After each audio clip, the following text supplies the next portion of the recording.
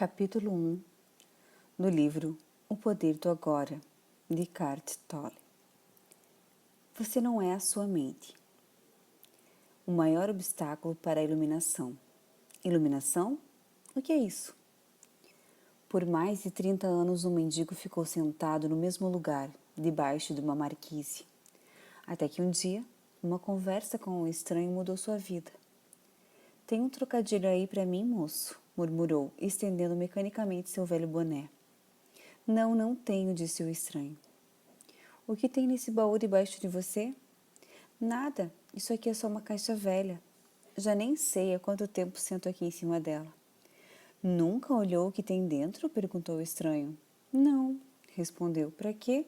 Não tem nada aqui, não? Dá uma olhada aí dentro, insistiu o estranho, antes dele ir embora. O mendigo, então, resolveu abrir a caixa. Teve que fazer força para levantar a tampa e mal conseguiu acreditar ao ver que o velho caixote estava cheio de ouro. Eu sou o estranho, sem nada para dar, que está lhe dizendo para olhar para dentro. Não de uma caixa, mas sim de você mesmo. Imagino que você esteja pensando indignado, mas eu não sou um mendigo. Infelizmente, todos que ainda não encontraram a verdadeira riqueza, a radiante alegria do ser e uma paz inabalável, são mendigos, mesmo que possuam bens e riquezas materiais. Buscam do lado de fora migalhas de prazer, aprovação, segurança, amor, embora tenham um tesouro guardado dentro de si, que não só contém tudo isso, como é infinitamente maior do que qualquer coisa oferecida pelo mundo. A palavra iluminação transmite a ideia de uma conquista sobre-humana, e isso agrada ao ego, mas é simplesmente o estado natural de sentir-se em unidade com o ser. É um estado de conexão com algo imensurável e indestrutível. Pode parecer um paradoxo, mas esse algo é essencialmente você e, ao mesmo tempo, é muito maior do que você. A iluminação consiste em encontrar a verdadeira natureza por trás do nome e da forma.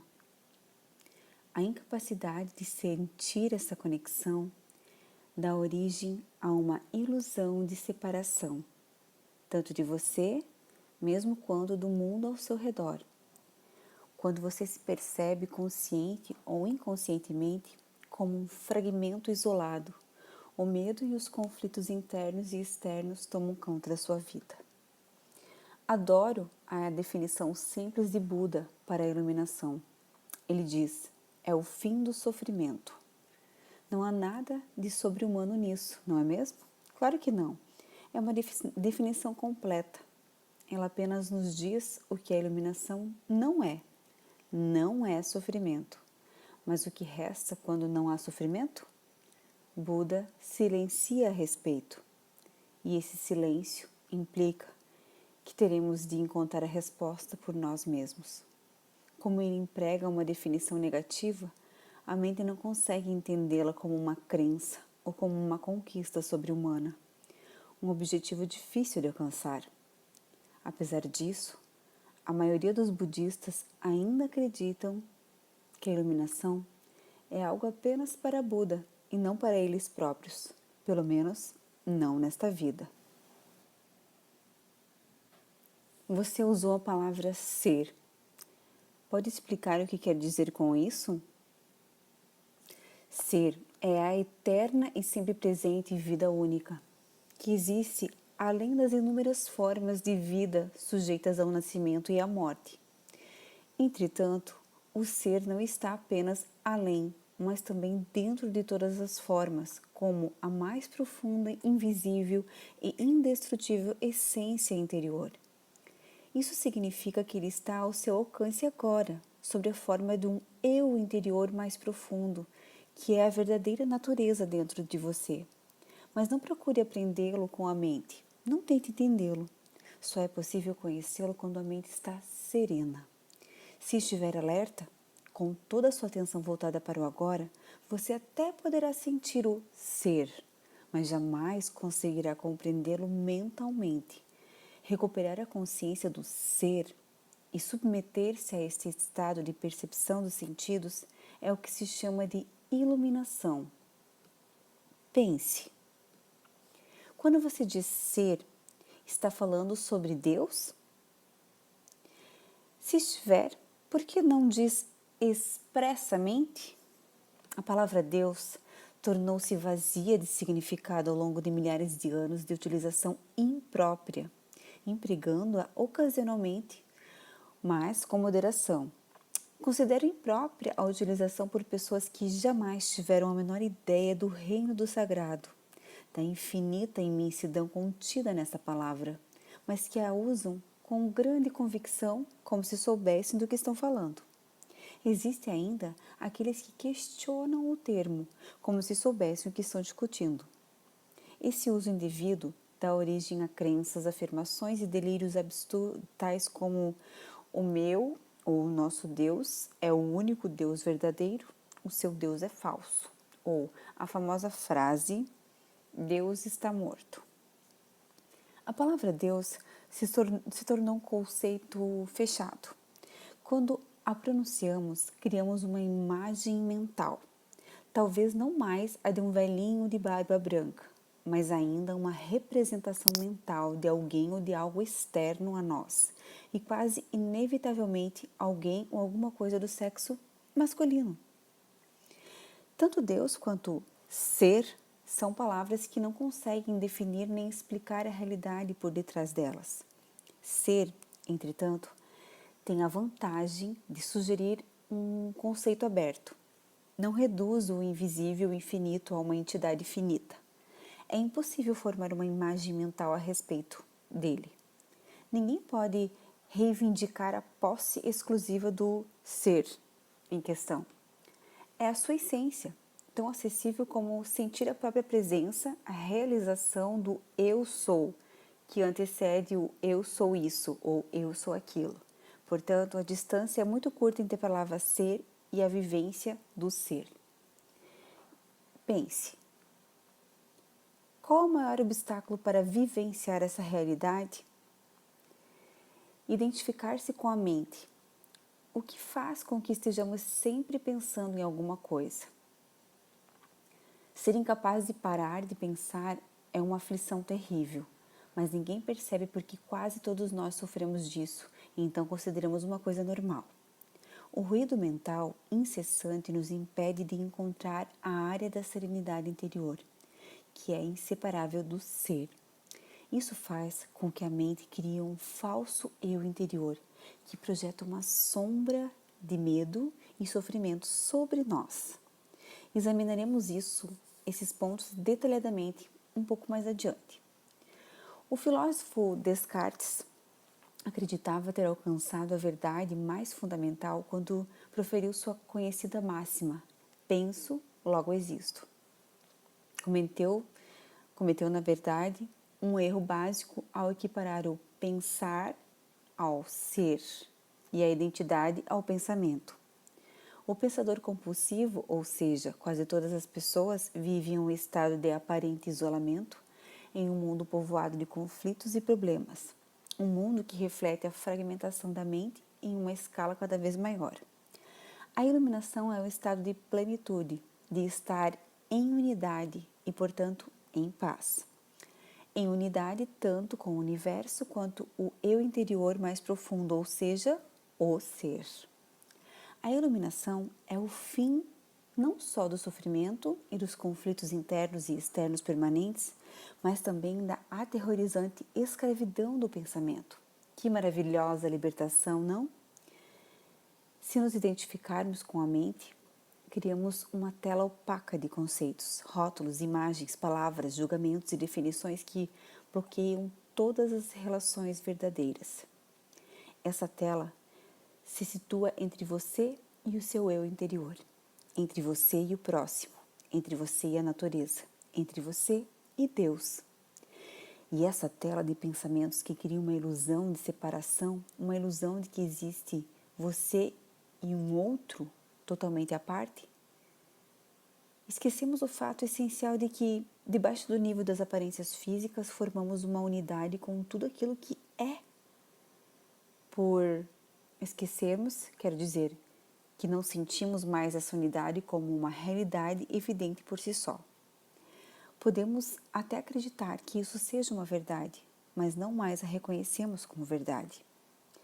Acreditar pode até trazer conforto, no entanto, a libertação só pode vir através da vivência pessoal. Pensar se tornou uma doença. A doença acontece quando as coisas se desequilibram.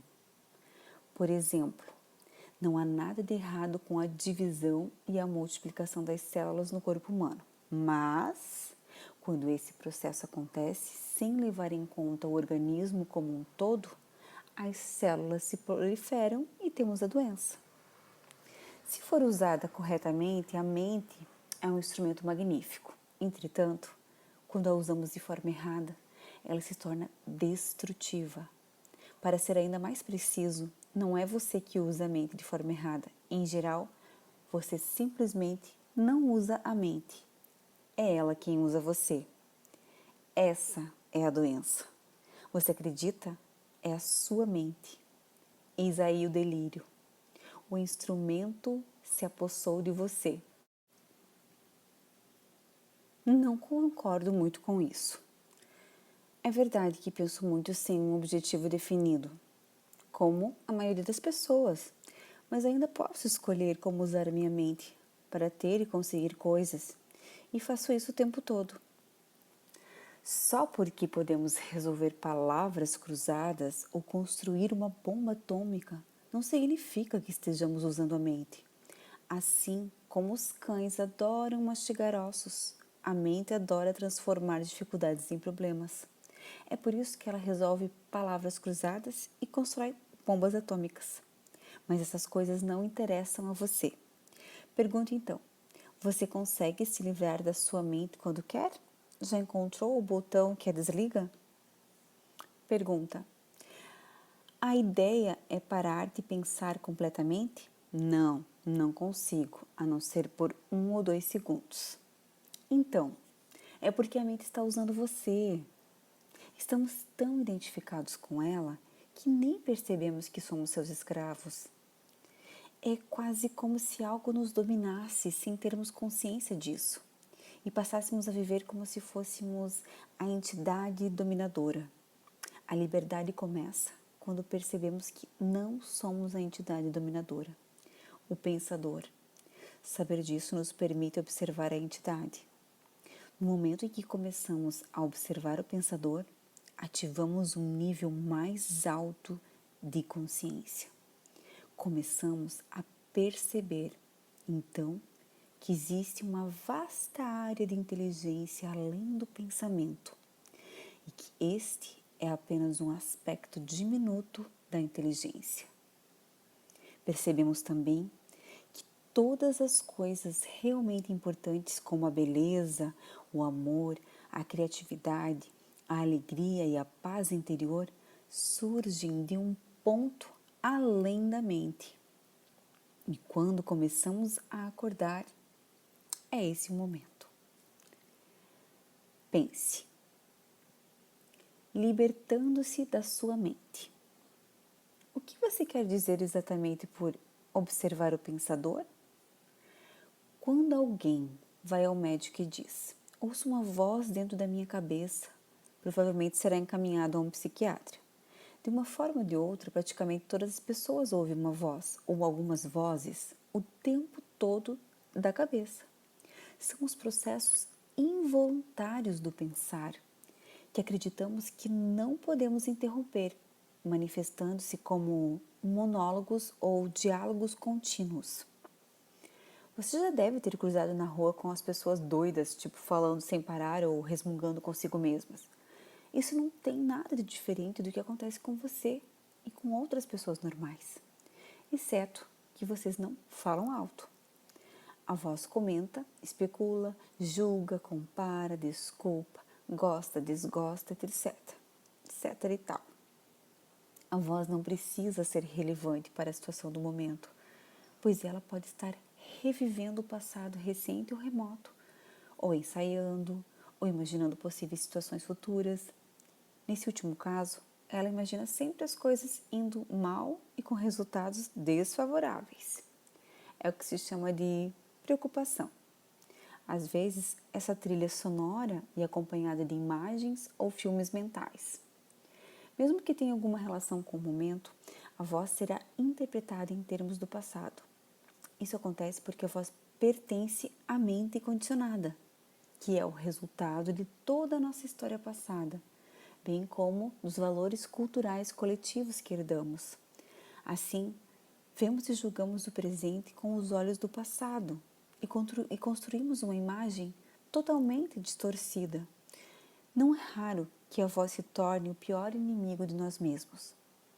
Muitas pessoas vivem um torturador em suas cabeças, que as ataca e as pune sem parar, drenando sua energia vital. Essa é a causa de muita angústia e infelicidade, assim como de muitas doenças. A boa notícia é que podemos nos libertar dessas nossas mentes. Essa é a única libertação verdadeira. Dê o primeiro passo neste exato momento. Comece a prestar atenção ao que a voz diz, principalmente a padrões repetitivos de pensamento.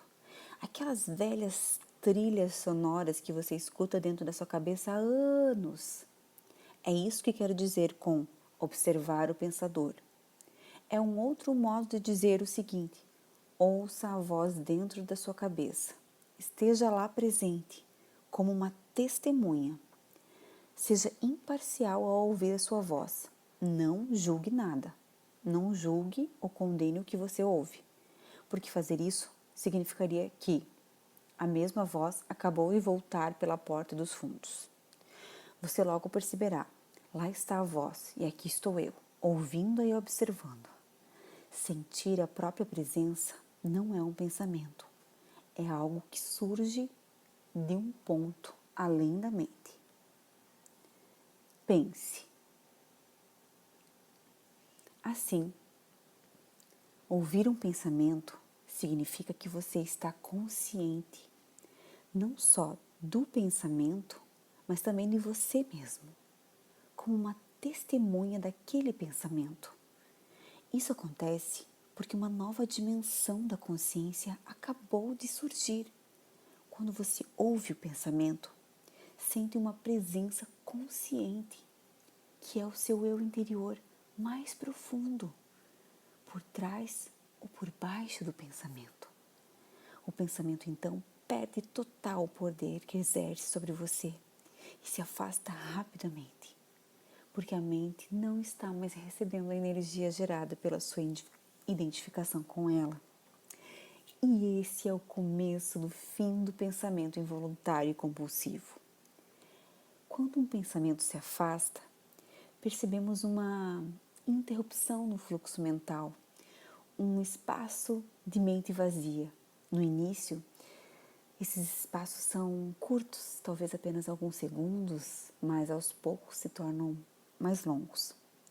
Quando esses espaços acontecem, sentimos uma certa serenidade e paz interior. Esse é o começo do estado natural de nos sentirmos em unidade com o ser, que normalmente é encoberto pela mente. Com a prática e a sensação de paz e serenidade, vai se intensificando. Na verdade, essa intensidade não tem fim. Você também vai sentir brotar lá dentro uma sutil emanação de alegria, que é a alegria do ser. Não se trata de um estado de transe, nada disso. Se o preço da paz fosse a perda da consciência e o preço da serenidade, uma falta de vitalidade e de vivacidade, então não valeria a pena. É exatamente o oposto. Nesse estado de conexão interior, ficamos muito mais alertas, estamos presentes por inteiro.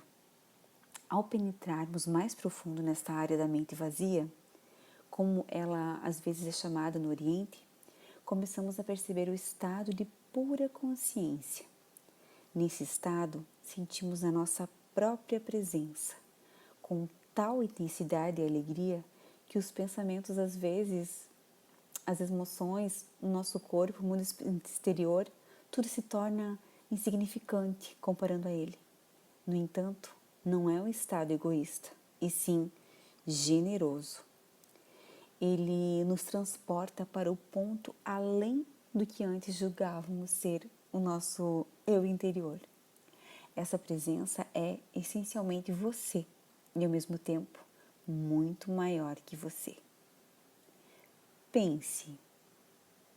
Em vez de observar o pensador, podemos também criar um espaço no fluxo da mente, direcionando o foco da nossa atenção para o agora. Torne-se consciente do momento. Isso é profundamente gratificante de se fazer. Agindo assim, desviamos a consciência para o longe da atividade da mente e criamos um espaço de mente vazia, em que ficamos extremamente alertas e conscientes, mas sem pensar. Essa é a essência da meditação. Na vida diária, é possível pôr isso em prática, dando total atenção a qualquer atividade rotineira, normalmente considerada como apenas um meio para atingir um objetivo, de modo a transformá-la em um fim em si mesma. Por exemplo, todas as vezes que você subir ou descer as escadas em casa ou no trabalho, preste muita atenção a cada passo, a cada movimento, até mesmo a sua respiração. Esteja totalmente presente. Ou, quando lavar as mãos, preste atenção a todas as sensações provocadas por essa atividade, como o som e o contato da água, o movimento das suas mãos, o cheiro do sabonete e assim por diante. Ou então, quando entrar em seu carro, pare por alguns segundos, depois que fechar a porta, e observe o fluxo da sua respiração. Tome consciência de um silencioso, mas poderoso sentido de presença para medir, sem errar, o seu sucesso nessa prática. Verifique o grau de paz dentro de você. Pense. Portanto, o passo mais importante na caminhada em direção à iluminação é aprendermos a nos dissociar de nossas mentes. Toda vez que você criar um espaço no fluxo do seu pensamento, a luz da sua consciência fica mais forte. Um dia, você pode se surpreender sorrindo para a voz dentro da sua cabeça, como sorriria para as travessuras de uma criança. Isso significa que você não está mais levando tão a sério o que vai pela mente, pois o seu eu interior não depende mais dela. Iluminação, elevando-se acima do pensamento. Pergunta: o pensamento não é indispensável para sobrevivermos neste mundo? Resposta: nossa mente é um instrumento, uma ferramenta. Está ali para ser usada em uma tarefa específica e depois ser deixada de lado. Sendo assim, eu poderia afirmar que 80% a 90% dos pensamentos não só são repetitivos e inúteis, mas, por conta de uma natureza frequentemente negativa, são também nocivos. Observe sua mente e verificará como isso é verdade. Essa atitude causa uma perda significativa de energia vital. Esse tipo de pensamento compulsivo é, na verdade, um vício. O que caracteriza um vício? O que caracteriza um vício? Vício, simplesmente não temos mais a opção de parar. O vício parece mais forte do que nós, proporciona ainda uma falsa sensação de prazer, um prazer que quase sempre se transforma em sofrimento. Por que temos de ser viciados em pensar? Porque estamos identificados com esse processo, já que a percepção do eu interior tem origem no conteúdo e na atividade de nossas mentes. Acreditamos que deixaríamos de existir se parássemos de pensar. No processo de crescimento, construímos uma imagem mental de nós mesmos, baseadas em nosso condicionamento pessoal e cultural. Podemos chamar isso de o fantasma pessoal do ego. Consiste em uma atividade mental e só pode ser mantido através do pensar constante. A palavra ego tem sentidos diferentes para pessoas diferentes, mas aqui significa um falso eu interior, criado por uma identificação inconsciente com a mente. Para o ego, o momento presente dificilmente existe. Só o passado e o futuro são considerados importantes. Nessa total inversão de verdade, explica o porquê, para o ego, a mente não tem função. O ego está sempre preocupado em manter vivo o passado, porque pensa que sem ele não seríamos ninguém, e se projeta no futuro para assegurar a continuação de sua sobrevivência e buscar algum tipo de escape ou satisfação lá adiante. Ele diz assim: um dia, quando isso ou aquilo acontecer, eu vou ficar bem, feliz e em paz. Mas, mesmo quando o ego parece estar preocupado com o presente, não é o presente que ele vê, porque ele constrói uma imagem completamente distorcida a partir do passado. Ou então, reduz o presente a um meio para obter o fim desejado, um fim que sempre consiste em um futuro projetado pela mente. Observe sua mente e verá que é assim que ela funciona. O momento presente tem a chave para a libertação, mas você não conseguirá percebê-lo enquanto você for a sua mente. Não quero perder a minha capacidade de analisar e criticar. Não me importo em aprender a pensar de forma mais clara, com um sentido mais direcionado, mas não quero perder esse dom que considero o bem mais precioso que temos. Sem ele, seríamos apenas mais uma espécie animal. Essa é a pergunta. O domínio da mente é apenas um estágio na evolução da consciência. Precisamos urgentemente passar ao próximo estágio, senão seremos destruídos pela mente, que se transformou em um monstro. Falarei sobre isso em detalhes mais adiante. Pensamento e consciência não são sinônimos. O pensamento é um pequeno aspecto da consciência. O pensamento não consegue existir sem a consciência, mas a consciência não necessita do pensamento. A iluminação significa chegar a um nível acima do pensamento e não em ficar abaixo dele, ao nível de um animal ou de uma planta. No estado iluminado, continuamos a usar nossas mentes quando necessário, mas de um modo mais focalizado e eficiente. Assim, utilizando nossas mentes com objetivos práticos, não ouvimos mais o diálogo interno involuntário e sentimos uma enorme serenidade interior. Quando usamos de fato nossas mentes, em especial quando necessitamos de uma solução criativa, há uma oscilação de segundos entre o pensamento e a serenidade, entre a mente e a mente vazia. O estado de mente vazia é a consciência sem pensamento. Só assim é possível pensar criativamente, porque somente desse modo o pensamento tem alguma força real. O pensamento sozinho, quando não mais conectado com a área da consciência, que é muito mais ampla, rapidamente se torna árido, doentio e destrutivo. A mente, em essência, é uma máquina de sobrevivência. Ela executa muitas coisas boas quando, por exemplo, ataca e se defende de outras mentes, coleta, armazena e analisa uma informação, mas não é nada criativa. Todo artista verdadeiro, quer tenha ou não consciência disso, cria a partir de um lugar da mente vazia, que se origina de uma serenidade interior. A mente não dá forma ao impulso criativo, ou insight. Até mesmo os grandes cientistas têm relatado que as suas descobertas mais originais aconteceram em um momento de serenidade mental.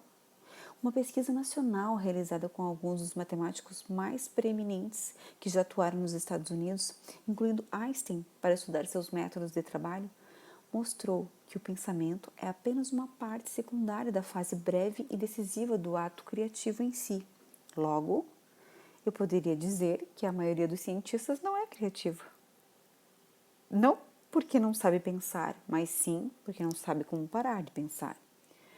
Não foi a mente nem o pensamento que criou o milagre da vida ou os nossos corpos. É claro que existe uma inteligência de uma dimensão muito maior do que a mente, trabalhando para manter tudo isso funcionando como uma simples célula humana. Como pode conter instruções dentro do DNA? Quanto mais aprendemos sobre o funcionamento do corpo, mais percebemos como é vasta a inteligência que age dentro dele e como sabemos pouco a esse respeito. Quando a mente se relaciona com o corpo, transforma-se na mais maravilhosa das ferramentas. Serve, então, a alguma coisa maior do que ela mesma. Emoção, a reação do corpo à mente. E quanto às emoções? Elas me dominam muito mais do que a minha mente. A mente, no sentido em que emprego o termo, não é apenas pensamento. Ela inclui nossas emoções, assim como todos os padrões e de reações mentais e emocionais inconscientes. A emoção nasce no lugar onde a mente e o corpo se encontram. É a reação do corpo à nossa mente, ou podemos dizer um reflexo da mente no corpo. Por exemplo, um pensamento agressivo ou hostil vai acumulando aos poucos uma energia no corpo. A raiva, o corpo está se preparando para lutar. Já a ideia de que nos tornamos sob uma ameaça física ou psicológica faz com que o corpo se contraia, o que é a manifestação física daquilo que chamamos de medo. As pesquisas têm demonstrado que as emoções fortes causam até mesmo mudanças na bioquímica do corpo. Essas mudanças bioquímicas representam um aspecto físico ou material da emoção. Em geral, não temos consciência de todos os nossos padrões de pensamento. Só é possível trazê-los à consciência quando observamos nossas emoções. Quanto mais identificados estivermos com nossos pensamentos, com as coisas que nos agradam ou não, com nossos julgamentos e interpretações, ou seja, quanto menos presentes estivermos como consciência observadora, mais forte será a carga de energia emocional, tenhamos ou não consciência disso. Se você não consegue sentir as suas emoções, se as mantém à distância, terminará por senti-las em um nível puramente físico, como um sintoma ou um problema físico. Muito se tem escrito a respeito disso nos últimos anos, portanto, não precisamos nos aprofundar no assunto. É possível que um forte padrão emocional inconsciente venha a se manifestar como um acontecimento externo, algo que parece acontecer só com você. Por exemplo, tenho observado que as pessoas que guardam muita raiva dentro de si mesmo sem ter consciência e sem falar sobre o assunto, são mais propensas a ser atacadas verbalmente ou até fisicamente por outras pessoas cheias de raiva, com frequência sem qualquer motivo aparente. A razão é que elas desprendem uma raiva tão forte que acaba sendo captada de forma subconsciente por outras pessoas, e isso aciona a raiva latente que elas trazem dentro de si. Se você tem dificuldade de sentir suas emoções, comece concentrando a atenção na área de energia interior do seu corpo. Sinta o seu corpo lá no fundo. Essa prática colocará você em contato com as suas emoções. Aprofundarei o assunto mais adiante. Pense. Você diz que a emoção é o reflexo da mente no corpo, mas às vezes ocorre um conflito entre os dois quando a mente diz não e a emoção diz sim, ou vice-versa. Resposta: se quisermos conhecer mesmo a nossa mente, o corpo sempre nos dará um reflexo confiável. Portanto, observe a sua emoção, ou melhor, sinta em seu corpo. Se houver um aparente conflito entre os dois, a verdade estará na emoção e não no pensamento. Não a verdade definitiva sobre quem você é, mas a verdade relativa ao estado da sua mente naquele momento. É bastante comum ocorrerem conflitos entre os pensamentos superficiais e os processos mentais inconscientes. mesmo que você ainda não seja capaz de trazer a sua atividade mental inconsciente para o estado de consciência sobre a forma de pensamento. Ela estará sempre refletida no seu corpo, como uma emoção, e isso você pode passar a perceber. Observar uma emoção por esse ângulo é basicamente o mesmo que ouvir ou observar um pensamento, como descrevi anteriormente. A única diferença é que o pensamento está na sua cabeça, enquanto a emoção, por conter um forte componente físico, se manifesta em primeiro lugar no corpo. Você pode permitir que a emoção esteja ali, sem deixar que ela assuma o controle. Você não é mais a emoção, você é o observador, a presença que observa. Ao praticar isso, tudo que está inconsciente será trazido à luz da sua consciência. Então, observar nossas emoções é tão importante quanto observar nossos pensamentos? Pergunta. Resposta: sim. Habitue-se a perguntar o que está acontecendo com você nesse exato momento. Essa questão lhe indicará a direção certa, mas não analise, apenas observe. Concentre-se a sua atenção dentro de você. Sinta a energia da emoção. Se não há emoção presente, concentre sua atenção mais fundo no campo da energia interna do seu corpo. Essa é a porta de entrada para o seu ser. Pense. Uma emoção, em geral, representa um padrão de pensamento amplificado e energizado. Por conta da carga energética quase sempre excessiva que ela contém, não é fácil, a princípio, termos condições para observá-la é muito difícil. A emoção quer assumir o controle e quase sempre ela consegue, a menos que você esteja presente e alerta. Se você for empurrado para uma identificação inconsciente com a emoção, ela se tornará temporariamente você. É comum se estabelecer um círculo vicioso entre o pensamento e a emoção, porque um alimenta o outro. O padrão do pensamento cria um reflexo amplificado de si mesmo na forma de uma emoção, fazendo com que a frequência vibratória desta permaneça alimentando o padrão do pensamento original. Ao lidar mentalmente com a situação, o acontecimento ou pessoa que é identificada como causadora da emoção em questão, o pensamento fornece energia para a emoção, a qual, por sua vez, energiza o padrão de pensamento, e assim por diante. Basicamente, todas as emoções são modificações de uma emoção primitiva não diferenciada, cuja origem é a perda da percepção de quem somos por trás do nome e da forma. É difícil encontrar um nome que descreva essa emoção primitiva. A palavra medo é muito próxima, mas além do sentido de ameaça permanente, ela pode ser entendida por um profundo sentimento de abandono e incompletude. Por isso, talvez seja melhor usar uma palavra que não se confunda tanto com aquela emoção básica e chamar isso simplesmente de sofrimento. Uma das principais tarefas da mente, uma das razões da sua atividade incessante é a de combater ou eliminar o sofrimento emocional, embora ela invariavelmente só consiga encobri-lo por um tempo. De fato, quanto mais a mente tenta se livrar do sofrimento, mais ele vai aumentar.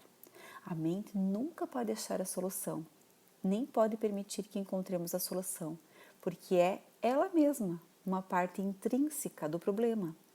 Imagine um chefe de polícia tentando achar um incendiário, quando o incendiário é o próprio chefe de polícia. Não nos livraremos desse sofrimento enquanto não extrairmos o sentido do eu interior, da identificação com a mente, ou seja, do ego.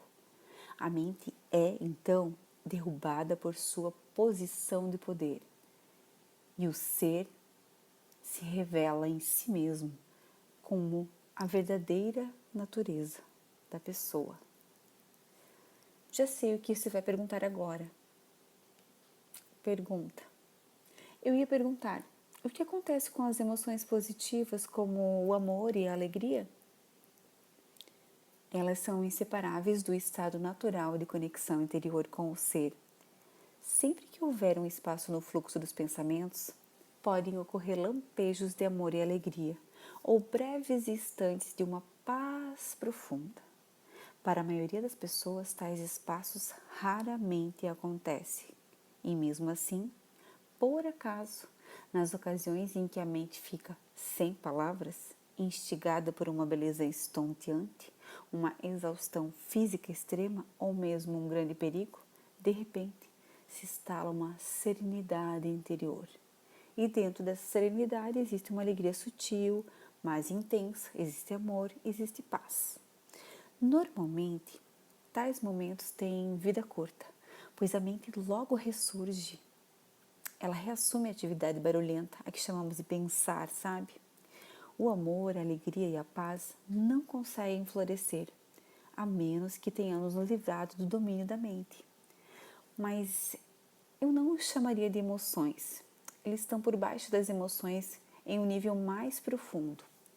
Portanto, precisamos nos tornar plenamente conscientes de nossas emoções e sermos capazes de senti-las antes de sermos capazes de sentir aquilo que está além delas. A palavra emoção significa literalmente desordem. A palavra vem do latim emovere, que significa movimentar.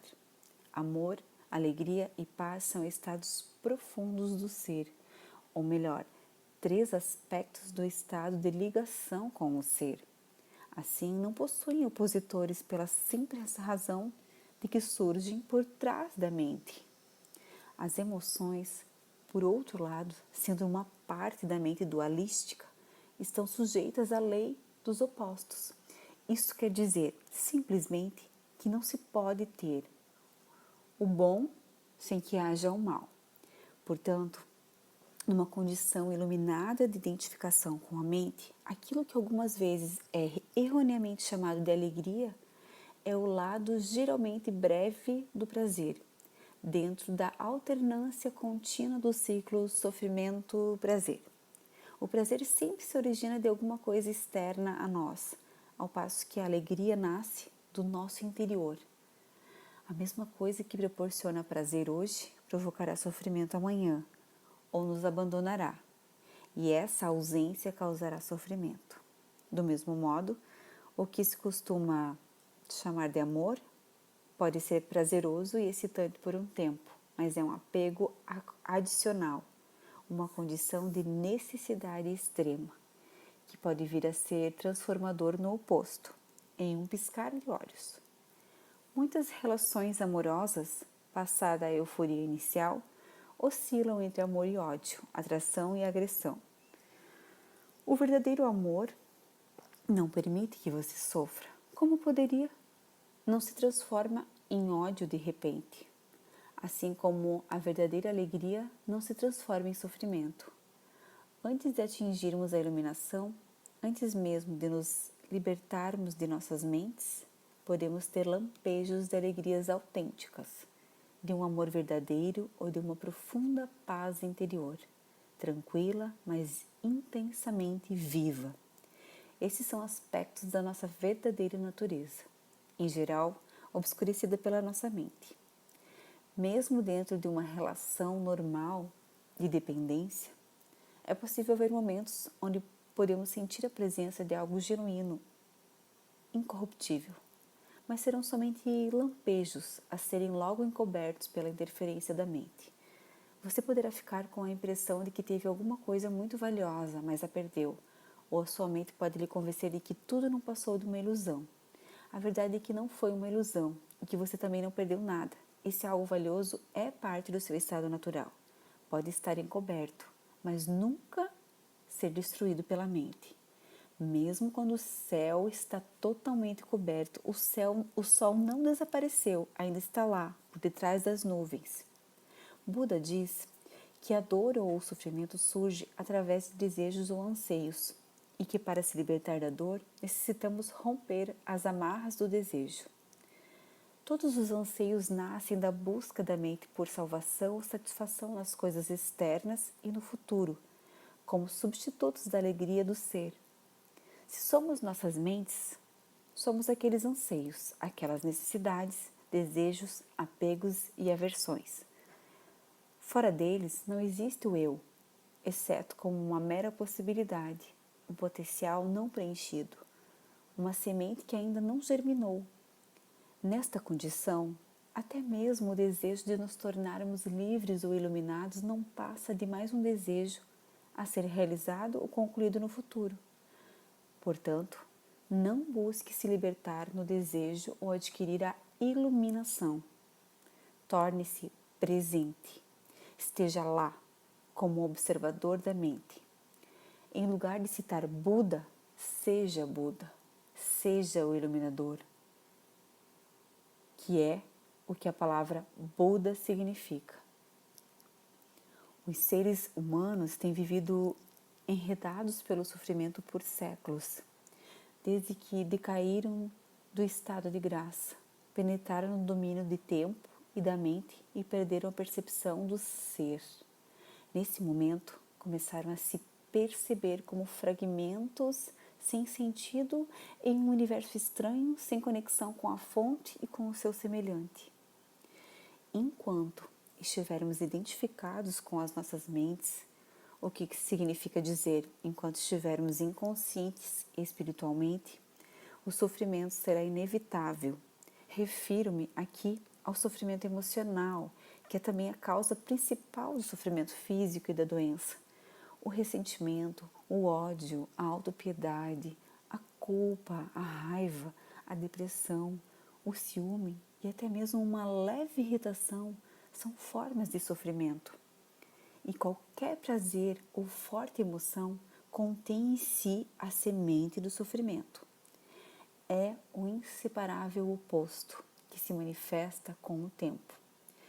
Quem já tomou bebidas alcoólicas ou drogas para ficar alto, sabe que o alto se transforma em baixo, que o prazer se transforma em alguma forma de sofrimento.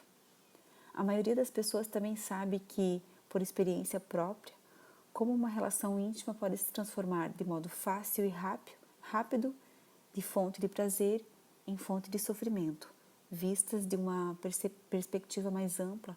Tanto a polaridade negativa quanto a positiva são lados de uma mesma moeda. São partes de um sofrimento que está oculto, inseparável do estado de consciência identificado com a mente. Existem 2 níveis de sofrimento: o que você cria agora e o que tem origem no passado, que ainda vive em sua mente e no seu corpo. Deixar de criar sofrimento no presente e dissolver o sofrimento do passado é sobre isso que desejo falar com você agora.